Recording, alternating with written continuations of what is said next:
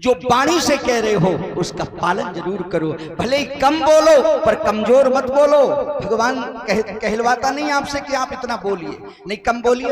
अच्छा देखो, जो गरीब लोग हैं वो भले ही इस दोहा को गाएं, गाते हैं रोज भगवान के सामने, ना पैसा ना बाहुबल ना खर्चन को दाम, मोह से पतित पतंग की तुम पति राखो राम।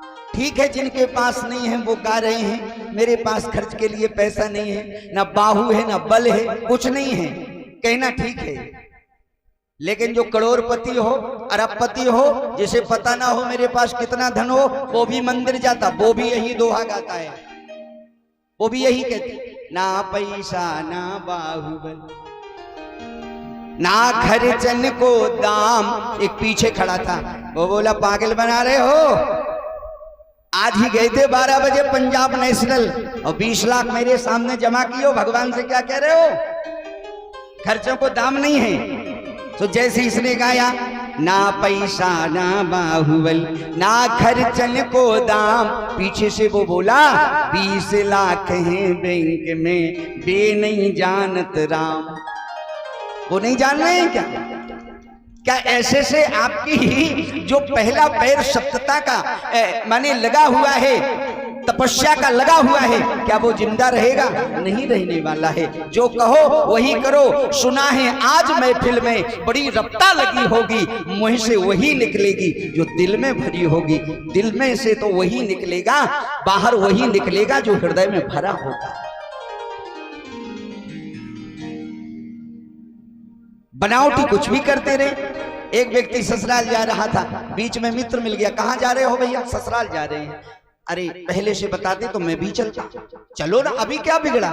तो बोला कि अब ऐसे थोड़ी जाते हैं, कपड़े पहने नहीं है, कपड़े हैं नहीं। तो वो बोला कि कपड़ों के लिए इतना क्यों बोल रहे हो, कपड़े तो मैं भी लिए हूं, हमारे पहन लो एक जोड़ी। तो कहा चलें? बोले चलो। सूटकेस खोल करके एक जोड़ी कपड़ा उसने दे दिया। ससुराल गया, मित्र साथ में। अब जैसे वहां दोनों पहुंचे, बिठाया, लाला जी आए हैं, परिचय लिया।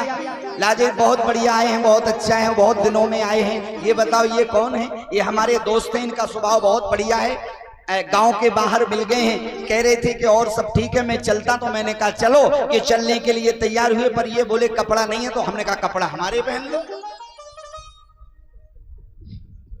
कपड़ा हमारे पहन लो।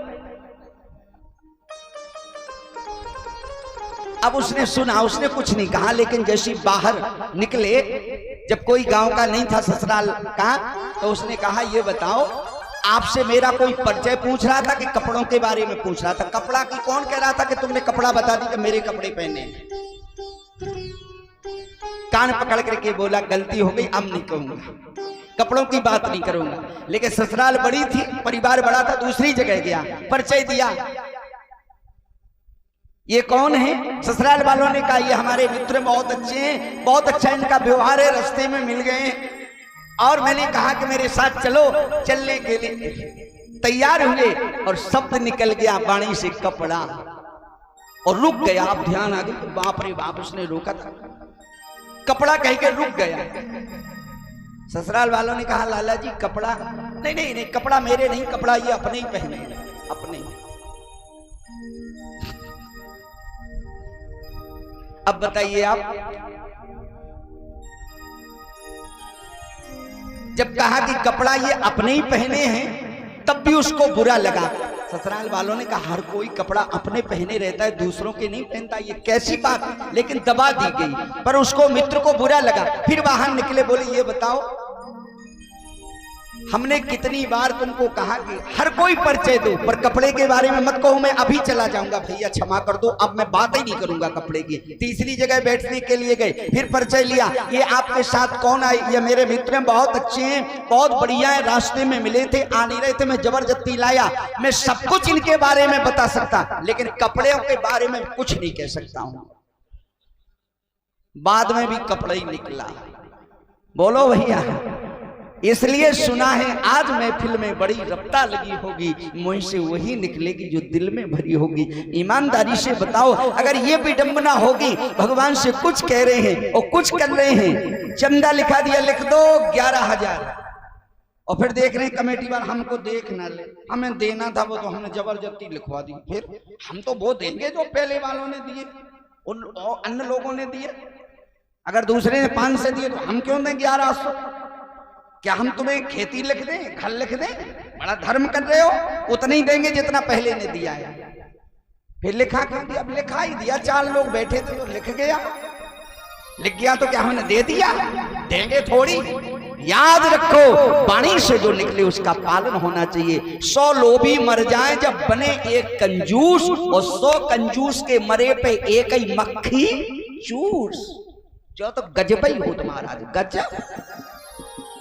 पर यहाँ ऐसे लोग नहीं हैं। हम दूसरे जिला की बात कर रहे हैं, यहाँ सभी बहुत बढ़िया है।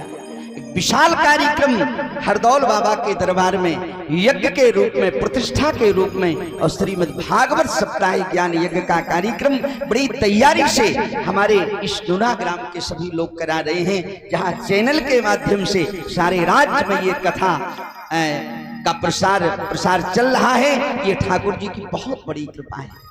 चलो, मैं आपसे निवेदन कर रहा था, धर्म ने कहा महाराज पहला पैर हमारी तपस्या का लगा था, तो जैसे कलयुग आया तपस्या का पैर मेरा टूट गया। पहले लोग जो तपस्या करते थे वो छिपकर करते थे, हमें कोई देख ना ले। भजन जब किया जाता था तो भजन वाले को कोई देख नहीं पाता था।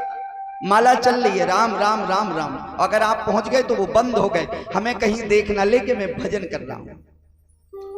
और अब भजन वाले छिपते नहीं हैं, अब छपते हैं।